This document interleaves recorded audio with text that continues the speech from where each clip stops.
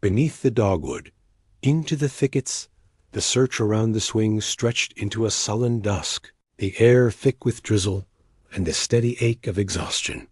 Chief Roland Hayes called in the men, boots heavy with muck and shoulders slumped. A chill set in that no jacket could keep out. "We'll start again at first light," he said, voice low but determined. In the sheriff's office, coffee brewed and maps sprawled over the table.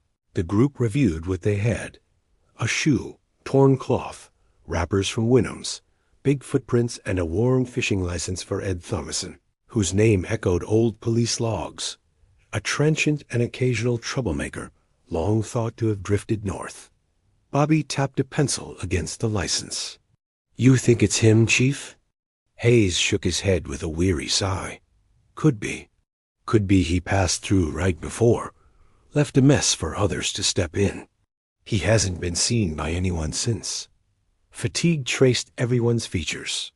Rosa and Doris sat together, hands never quite unclasping.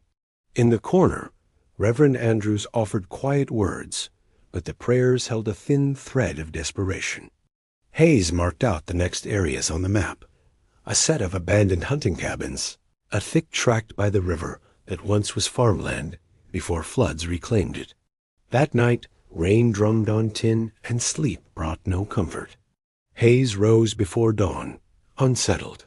He wandered Miller's Bluff, where the trail cut back, something new snagged on the blackberry, a strip from a plastic grocery sack, faded green. Hayes pocketed it, knowing Wynnum's had only switched to paper a year before. The trash was old, but in this setting, every scrap mattered. The hunt renewed, the group split in pairs, cautious but thorough. Bobby searched a half-collapsed shed and called over by radio.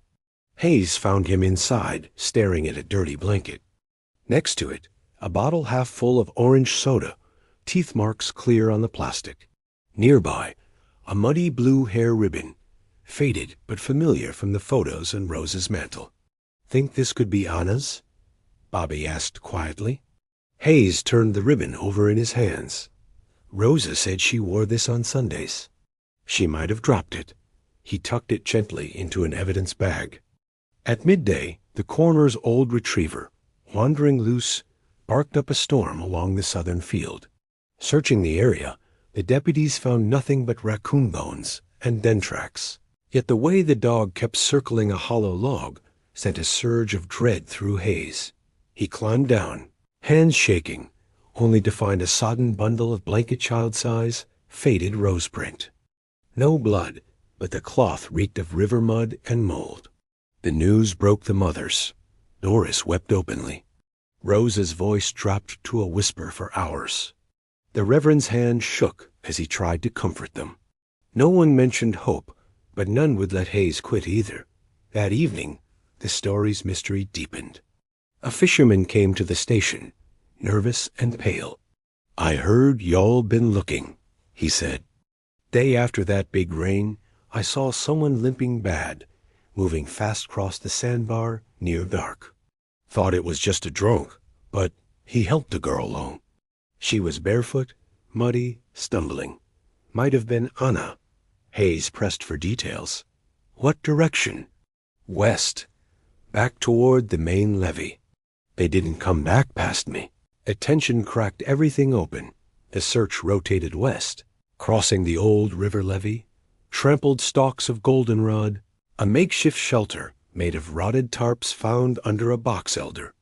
In the shelter-fresh tracks, cigarette butts, the last inch of a blue shoelace. Hayes radioed everyone in. As night fell thick and cold, he sat at the edge of the bluff and watched his own breath curl in the air. 3.5 weeks, the calendar said. Some mornings, he thought he could still bring those kids home. Most nights, the truth pressed close enough to taste. That night, Doris and Rosa sat together outside by the swing, silent under the brittle, empty branches of the oak, as the wind scattered dogwood leaves over the last places their children might have stood.